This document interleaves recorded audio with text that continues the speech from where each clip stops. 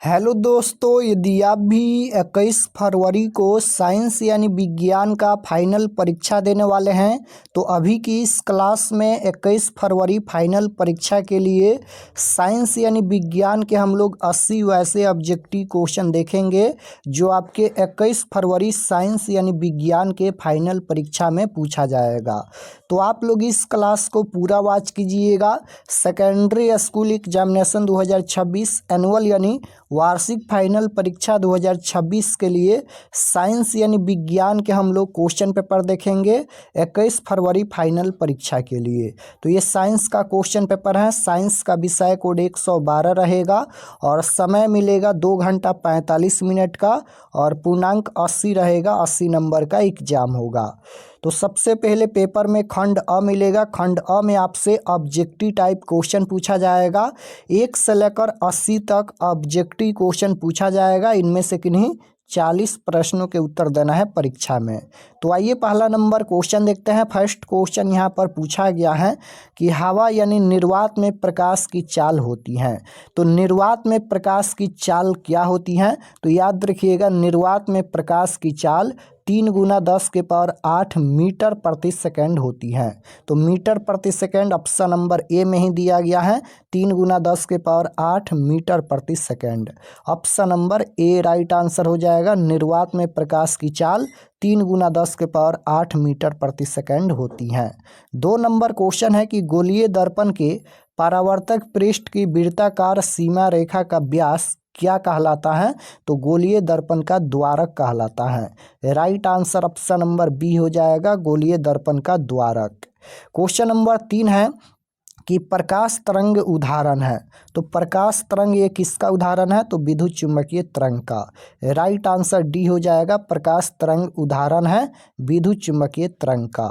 Question number 4 पूछा गया है कि समतल दर्पण द्वारा बना प्रतिबिंब होता है। तो समतल दर्पण में कैसा प्रतिबिंब बनता है?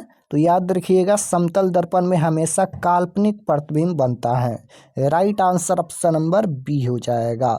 समतल दर्पण में हमेशा काल्पनिक प्रतिबिंब बनता है और समतल दर्पण की फोकस दूरी अनंत होती है।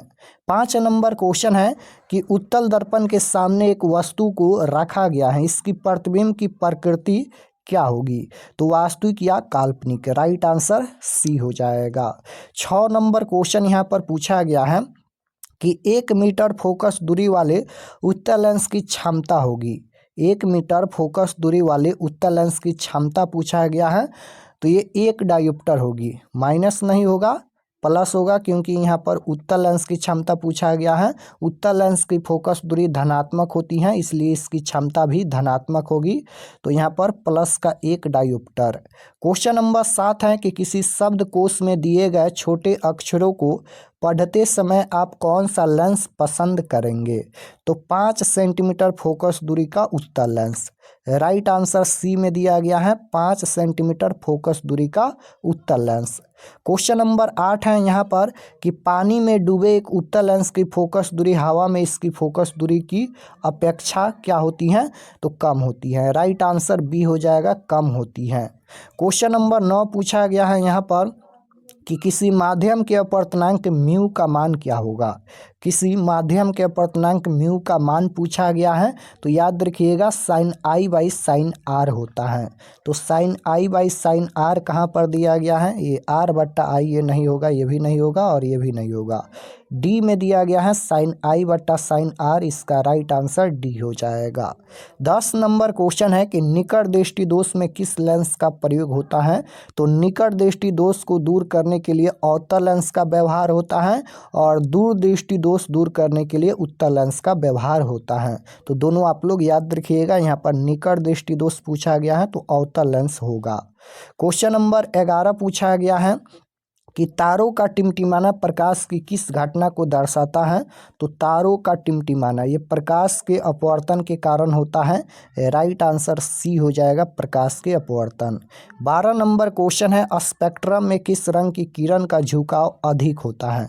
अधिक यहाँ पर पूछा गया है तो याद रखिएगा अधिक पूछा गया है तो लाल रंग हो जाएगा और कम पूछा जाएगा तो बैगनी रंग होगा। 13 नंबर क्वेश्चन है कि आँख का व्यवहार होता है, तो आँख का व्यवहार पूछा गया है तो उत्तल लेंस की तरह, मानव नेत्र में उत्तल लेंस पाया जाता है, राइट आंसर बी हो जाएगा उत्तल लेंस की तरह। क्वेश्चन नंबर 14 है यहाँ पर कि एक विद्युत हीटर की कुंडली जिसका प्रतिरोध 55 ओम है और 220 वोल्ट के स्रोत से जो विद्युत धारा लेगी उसका मान क्या होगा, तो उसका मान क्या होगा 4 एम्पियर, राइट आंसर सी हो जाएगा 4 एम्पियर। 15 नंबर क्वेश्चन है कि विद्युत बल्ब में फिलामेंट तार बना होता है, तो राइट आंसर हो जाएगा टंगस्टन का, option number D. Question number 16 है कि 1 किलोवाट घंटा निम्नलिखित में किसके बराबर होता है, तो राइट आंसर हो जाएगा 16 नंबर क्वेश्चन का राइट आंसर हो जाएगा 3.6 गुना 10 के power 6 joule, option number C में दिया गया है, राइट आंसर सी हो जाएगा। 17 नंबर क्वेश्चन देखिएगा पूछा गया है कि विद्युत फ्यूज धारा के किस सिद्धांत पर कार्य करता है, तो विद्युत फ्यूज धारा के ये किस सिद्धांत पर कार्य करता है, तो याद रखिएगा ऊष्मीय, राइट आंसर ए हो जाएगा। किलोवाट प्रति घंटा एक इकाई है, तो राइट आंसर क्या हो जाएगा किलोवाट घंटा एक इकाई है, तो ये हो जाएगा शक्ति की इकाई, option number B right answer. 19 नंबर क्वेश्चन है कि किसी विद्युत धारावाही चालक तार द्वारा उत्पन्न चुंबकीय क्षेत्र की दिशा निर्धारित करने के लिए निम्नलिखित में से कौन सहायक है, तो राइट आंसर हो जाएगा इनमें से सभी इसका राइट आंसर होगा। 20 नंबर क्वेश्चन है घरेलू विद्युत परिपथ में उदासीन तार का रंग कैसा होता है, तो काला रंग होता है, राइट आंसर सी हो जाएगा। क्वेश्चन नंबर 21 यहाँ पर पूछा गया है कि लघुपतन शॉर्ट सर्किट के समय परिपथ में विद्युत धारा का मान क्या होता है, तो विद्युत धारा का मान जो है वह बहुत अधिक बढ़ जाता है, राइट आंसर सी हो जाएगा।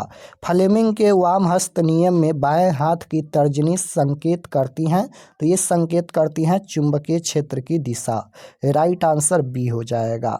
23 नंबर क्वेश्चन है कि भारत में उत्पादित प्रतिवर्ती विद्युत धारा की आवृत्ति होती है, तो ये हो जाएगा क्वेश्चन नंबर 23 का right answer 50 hertz, 50 hertz option number D में दिया गया है, यहाँ पर राइट आंसर डी हो जाएगा 50 hertz, right answer D. Question number 24 की ओर चलते हैं कि पुरुषों में कौन सा लिंग गुणसूत्र होता है, पुरुष में पूछा गया है, तो पुरुष में कौन सा लिंग गुणसूत्र होता है, तो XY होता है पुरुष में और XX होता है महिला में, दोनों याद रखिएगा, पुरुष में XY होता है, महिला में XX होता है, तो राइट आंसर ऑप्शन नंबर ए हो जाएगा। 25 नंबर क्वेश्चन है प्रकृति में ऊर्जा का मुख्य स्रोत है, तो प्रकृति में ऊर्जा का मुख्य स्रोत पूछा गया है तो सूर्य है, राइट आंसर सी हो जाएगा।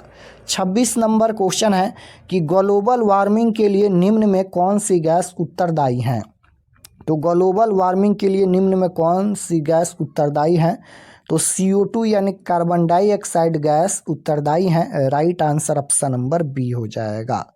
27 नंबर क्वेश्चन पूछा गया है कि BSIV का संबंध है, तो राइट आंसर क्या हो जाएगा यहाँ पर वायु प्रदूषण से, option number C right answer होगा।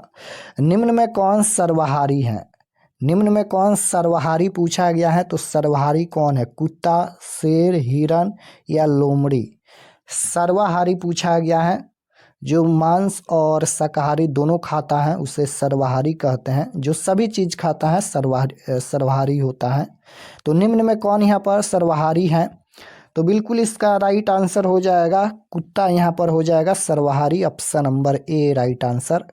क्वेश्चन नंबर 29 है कि पारिस्थितिक तंत्र में ऊर्जा का प्रवाह किस दिशा में होता है, तो पारिस्थितिक तंत्र में ऊर्जा का प्रवाह किस दिशा में होता है, तो बिल्कुल राइट आंसर हो जाएगा एक दिशीय, option number A right answer. ऊर्जा का सही मात्रक पूछा गया है, तो ऊर्जा का सही मात्रक क्या होता है, ऊर्जा का सही मात्रक जूल होता है, option number B right answer होगा। गोलीय दर्पण की फोकस दूरी उसकी वक्रता त्रिज्या की पूछा गया है, गोलीय दर्पण की फोकस दूरी उसकी वक्रता त्रिज्या की क्या होती है, तो आधी होती है, याद रखिएगा, राइट आंसर ऑप्शन नंबर ए हो जाएगा। फार्मूला याद रखिएगा, F बराबर r/2 ये फोकस दूरी का फार्मूला है और r बराबर वक्रता त्रिज्या का फार्मूला r बराबर 2f होता है। तो दोनों फार्मूला याद रखिएगा। तो गोलीय दर्पण की फोकस दूरी उसकी वक्रता त्रिज्या की क्या होती है? आधी होती है। यहाँ पर ये वक्रता त्रिज्या है तो इसकी आधी होती है। राइट आंसर ए हो जाएगा। क्वेश्चन नंबर 32 पूछा गया है, किस दर्पण में केवल आभासी प्रतिबिंब बनता है? तो अभी हम लोग क्वेश्चन नंबर 2 में देखे हैं कि आभासी प्रतिबिंब हमेशा उत्तल दर्पण में बनता है और वास्तविक और आभासी अवतल दर्पण में दोनों प्रतिबिंब बनता है। तो पूछा गया है कि किस दर्पण में केवल आभासी प्रतिबिंब बनता है?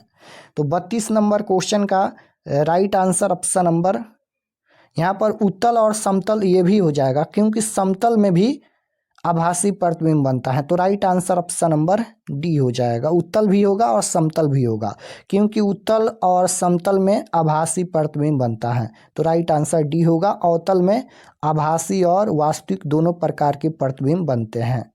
क्वेश्चन नंबर 33 पूछा गया है कि वाष्पोत्सर्जन एक है। तो वाष्पोत्सर्जन है। राइट आंसर क्वेश्चन नंबर 33 का हो जाएगा ऑप्शन नंबर ए, शारीरिक प्रक्रिया। Option number A right answer. श्वसन के लिए अंतिम उत्पाद पूछा गया है। तो श्वसन के लिए अंतिम उत्पाद है, तो बिल्कुल इसका राइट आंसर ऑप्शन नंबर ए हो जाएगा, CO2 और H2O, यानी कार्बन डाइऑक्साइड और जल। Option number A right answer होगा। क्वेश्चन नंबर 35 देखिए, ये अभिक्रिया दिया गया है, इनमें कौन उपचायक है? उपचायक पूछा गया है, तो बिल्कुल इसका राइट आंसर हो जाएगा L2। ऑप्शन नंबर बी में दिया गया है। क्वेश्चन नंबर 36 है कि फेरस सल्फेट क्रिस्टल का रंग हरा होता है। राइट आंसर बी होगा। शुक्राणुओं का प्रमुख संग्रह स्थान है। तो शुक्राणुओं का प्रमुख संग्रह स्थान पूछा गया है, तो बिल्कुल इसका राइट आंसर हो जाएगा यहाँ पर ऑप्शन नंबर डी हो जाएगा, epididymis. Option number D right answer. 38 number question है कि निम्न में कौन एक उभयलिंग जंतु है? उभयलिंगी जंतु पूछा गया है, तो केंचुआ। ऑप्शन नंबर ए में ही दिया गया है, केंचुआ यहाँ पर उभयलिंगी जंतु है। राइट आंसर ए हो जाएगा। 39 नंबर क्वेश्चन है कि आइरिस के पीछे वाली परत को क्या कहते हैं? आइरिस के पीछे वाली परत को क्या कहते हैं? तो याद रखिएगा, आइरिस के पीछे वाली परत को क्या कहते हैं? तो ये हो जाएगा सिलियरी पेशिया कहते हैं। Option number D right answer. किस रंग का तरंगदैर्घ्य सबसे बड़ा होता है? तो लाल रंग का तरंगदैर्घ्य सबसे अधिक होता है। Right answer option number B हो जाएगा। बैगनी रंग का सबसे कम होता है। सबसे अधिक यानी सबसे बड़ा पूछा गया है, तो लाल रंग का तरंगदैर्घ्य सबसे अधिक होता है। राइट आंसर बी हो जाएगा। 41 नंबर क्वेश्चन देखिए, पूछा गया है कि उपचयन वह प्रक्रिया है जिसमें उपचयन वह प्रक्रिया है जिसमें ऑक्सीजन का योग भी होता है, हाइड्रोजन का वियोग भी होता है और इलेक्ट्रॉन का त्याग भी होता है। यानी राइट आंसर डी हो जाएगा, इनमें से सभी होता है उपचयन में। 42 नंबर क्वेश्चन है, विरंजक चूर्ण का रासायनिक सूत्र क्या होता है? तो विरंजक चूर्ण का रासायनिक सूत्र पूछा गया है, तो राइट आंसर हो जाएगा CaOCl2, calcium oxychloride. Option number B में दिया गया है। विरंजक चूर्ण का रासायनिक सूत्र क्या होता है? Calcium oxychloride. Option number B right answer हो जाएगा। क्वेश्चन नंबर 43 है, निम्न में कौन उपधातु है? उपधातु पूछा गया है, तो उपधातु यहाँ पर उपधातु हो जाएगा SB। Option number B. सबसे कठोर प्राकृतिक पदार्थ हीरा होता है। राइट आंसर सी हो जाएगा। पुतली के साइज को नियंत्रित करता है, तो पुतली के साइज को नियंत्रित कौन करता है? तो इसका राइट आंसर क्या होगा? पुतली के साइज को नियंत्रित करता है, तो बिल्कुल इसका right answer option number D हो जाएगा, रेटिना। क्वेश्चन नंबर 46 है, पेंटेन के कितने समविबाही संभव हैं? पेंटेन के कितने समविबाही संभव हैं? तो 3 हो जाएगा। Right answer option number B होगा। क्वेश्चन नंबर 47 पूछा गया है कि कार्बन की परमाणु संख्या, तो कार्बन की परमाणु संख्या 6 होता है। राइट आंसर सी हो जाएगा। विद्युत चुंबकीय प्रेरण की खोज किसने की थी? तो विद्युत चुंबकीय प्रेरण की खोज किसने की थी? तो याद रखिएगा, फैराडे ने की थी। ऑप्शन नंबर सी में दिया गया है, राइट आंसर सी होगा। 49 नंबर क्वेश्चन है कि किसी कुंडली का प्रतिरोध ज्ञात करने के लिए सूत्र है। तो किसी कुंडली का प्रतिरोध ज्ञात करने के लिए निम्न में कौन सा सूत्र सही है? तो राइट आंसर हो जाएगा यहाँ पर R बराबर V/I, ऑप्शन नंबर सी में दिया गया है। गुण सूत्र कहाँ पाए जाते हैं? तो गुण सूत्र केंद्रक में पाए जाते हैं, राइट आंसर सी होगा। 51 नंबर क्वेश्चन पूछा गया है कि डायनासोर किसका उदाहरण है? डायनासोर किसका उदाहरण है? तो इसका राइट आंसर हो जाएगा यहाँ पर सरीसृप, option number A right answer. संतृप्त हाइड्रोकार्बन कहलाते हैं। तो संतृप्त हाइड्रोकार्बन क्या कहलाते हैं? तो बिल्कुल इसका राइट आंसर हो जाएगा एल्केन कहलाते हैं, option number B right answer हो जाएगा। क्वेश्चन नंबर 53 है कि न्यूलैंड ने अष्टक नियम कब दिया? तो बिल्कुल इसका right answer option number C हो जाएगा, सन 1866 में। आदर्श ईंधन में कौन सी गैस उत्सर्जित होती हैं? तो आदर्श ईंधन में कौन सी गैस उत्सर्जित होती हैं? तो बिल्कुल इसका राइट आंसर 54 नंबर का ऑप्शन नंबर डी हो जाएगा, कोई नहीं होगा। क्वेश्चन नंबर 55 है कि गर्म जल प्राप्त करने के लिए हम सौर जल तापन का उपयोग किस दिन नहीं कर सकते हैं? तो बादलों वाले दिन में नहीं कर सकते हैं, क्योंकि गर्म जल प्राप्त करने के लिए सूर्य की प्रकाश की आवश्यकता है। तो बादलों वाले दिन में प्रकाश नहीं होता है, तो बादलों वाले दिन में हम लोग यहाँ पर प्रयोग नहीं कर सकते हैं, तो राइट आंसर बी हो जाएगा। क्वेश्चन नंबर 56 है वायु में नाइट्रोजन का प्रतिशत मात्रा पूछा गया है। तो वायु में नाइट्रोजन की प्रतिशत मात्रा कितनी होती है? 78%, option number C right answer. Question number 57 है कि टेहरी बांध का निर्माण किस प्रदेश में किया गया? तो उत्तराखंड में किया गया, राइट आंसर बी हो जाएगा। क्योटो प्रोटोकॉल किससे संबंधित है? तो क्योटो प्रोटोकॉल किससे संबंधित है? तो बिल्कुल इसका right answer option number C हो जाएगा, यहाँ पर भूमंडलीय ताप वृद्धि। एटीपी में फास्फेट की संख्या 3 होती है, राइट आंसर सी होगा। 60 नंबर क्वेश्चन है कीटों में प्रमुख श्वसन अंग है। तो कीटों में प्रमुख श्वसन अंग पूछा गया है, तो बिल्कुल इसका right answer option number C हो जाएगा, ट्रैकिया। मनुष्य में पाचन क्रिया आरंभ होती है, तो मुख गुहा से पाचन क्रिया आरंभ होती है, राइट आंसर ऑप्शन नंबर ए हो जाएगा। मानव नेत्र में किस प्रकार का लेंस पाया जाता है? तो मानव नेत्र में उत्तल लेंस पाया जाता है, याद रखिएगा, राइट आंसर ए हो जाएगा। क्वेश्चन नंबर 63 पूछा गया है कि 100 वाट का विद्युत बल्ब 220 वोल्ट के विद्युत मेन से जोड़ा जाता है। बल्ब से प्रवाही धारा का मान पूछा गया है। बल्ब से प्रवाही धारा का वैल्यू क्या होगा? तो 0.4 एम्पियर होगा, option number B right answer. Question number 54 है कि मनुष्य के शरीर की सबसे बड़ी ग्रंथि पूछा गया है। तो मनुष्य के शरीर की सबसे बड़ी ग्रंथि यकृत होता है, यानी लीवर होता है, राइट आंसर ऑप्शन नंबर ए होगा। 65 नंबर क्वेश्चन पूछा गया है कि शरीर का कौन सा भाग केंद्रीय तंत्रिका तंत्र बनाता है? तो शरीर का कौन सा भाग केंद्रीय तंत्रिका तंत्र बनाता है? तो बिल्कुल इसका राइट आंसर हो जाएगा मस्तिष्क, option number A right answer.